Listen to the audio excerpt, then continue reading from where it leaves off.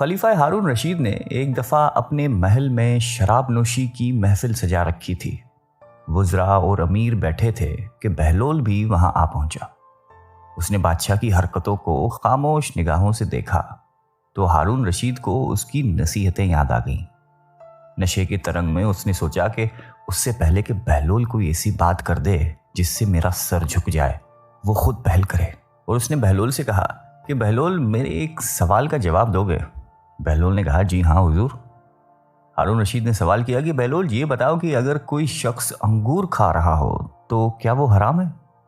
بہلول نے جواب دیا کہ بالکل نہیں۔ ہارون نے کہا کہ اگر وہ انگور کھا کر پانی پی لے تو؟ بہلول نے جواب دیا کہ جناب کوئی حرج نہیں ہے۔ ہارون نے آگے کہا کہ اب یہی شخص انگور کھا کے اور پانی پی کر اس کے بعد دھوپ میں بیٹھ جائے تو پھر؟ بہلول نے جواب دیا کہ محترم کوئی مذائقہ نہیں ہے، جتنی دیر چاہے بیٹھے۔ پھر آگے فرمایا کہ تو پھر بہلول تم خود ہی بتاؤ کہ یہی انگور اور پانی کچھ عرصہ دھوپ میں رکھ دیے جائیں تو حرام کیوں ہو جاتے ہیں؟ ہارون رشید نے بڑے فخر کے ساتھ اپنا فلسفہ بیان کیا۔ اب بہلول نے ہارون سے کہا کہ اگر اجازت ہو تو میں چند سوالات آپ سے کروں؟ ہارون نے کہا کہ جی اجازت ہے۔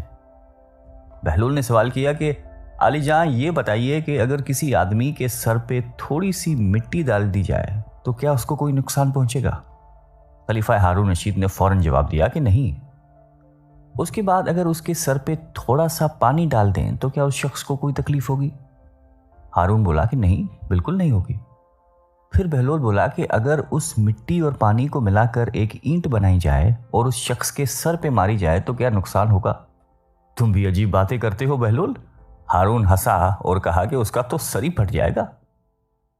تو پھر عالی مقام، اگر آپ غور فرمائیں تو آپ کو یہ معلوم ہوگا کہ جس طرح مٹی اور پانی مل کر انسان کا سر پھوڑ سکتے ہیں، اس طرح انگور اور پانی بھی مل کر ایسی چیز بنا دیتے ہیں جو حرام اور ناپاک ہے، جس کے پینے سے انسان کی عقل ماری جاتی ہے اور اس کے برے اور بھلے کی تمیز نہیں رہتی۔